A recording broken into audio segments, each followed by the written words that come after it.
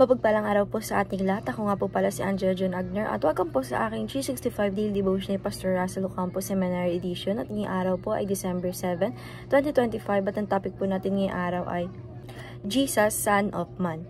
Komportable ka ba sa buhay? And yung scripture po natin ngayong araw is Daniel chapter 7 verse 13 to 14.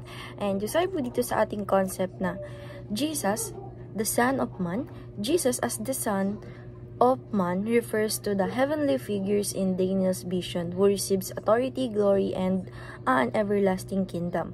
By using this title, Jesus reveals his true identity as both fully human and fully divine, God's chosen ruler who brings salvation and judgment. This title highlights God's sovereign line fulfilled perfectly in Christ's eternal reign.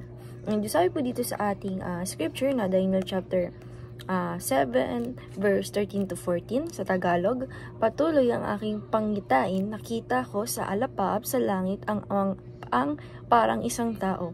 Lumapit siya sa nabubuhay magpakailanman. Binigyan siya ng kapamahalaan, ng karangalan at ng kaharian upang paglingkuran siya ng lahat ng tao sa bawat bansa at wika. Ang pagmamahala niya ay hindi magwawakas at ang kanyang kaharian ay hindi mawawasak.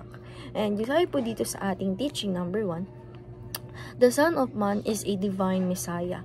Sabi po dito na yung the Son of Man is ito po ang ating Panginoong Jesucristo, which is the divine Messiah. And teaching number 2, the Son of Man is the eternal King.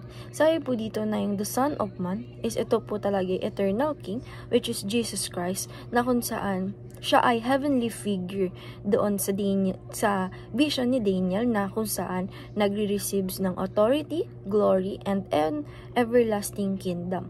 Na by using this title, si Jesus ay nireveal niya yung totoong identity niya as both fully human and fully divine.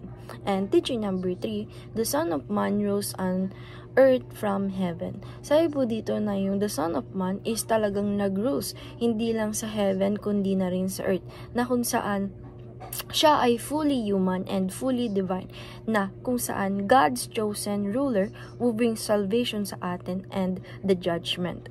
And application number 1, swear allegiance to our King in heaven. Sabi po dito, na-apply po natin sa life natin o sa sarili natin na dapat na siniswear talaga natin yung allegiance, na kung saan yung ating mga king, yung ating king talaga is nasa heaven.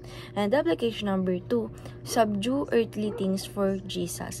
Sabi po dito, na-apply po natin sa life natin na dapat isubdue natin yung mga ginagawa nating makamundong gawain, na kung saan ito ay hindi nag-glorify ang ating Panginoong Diyos.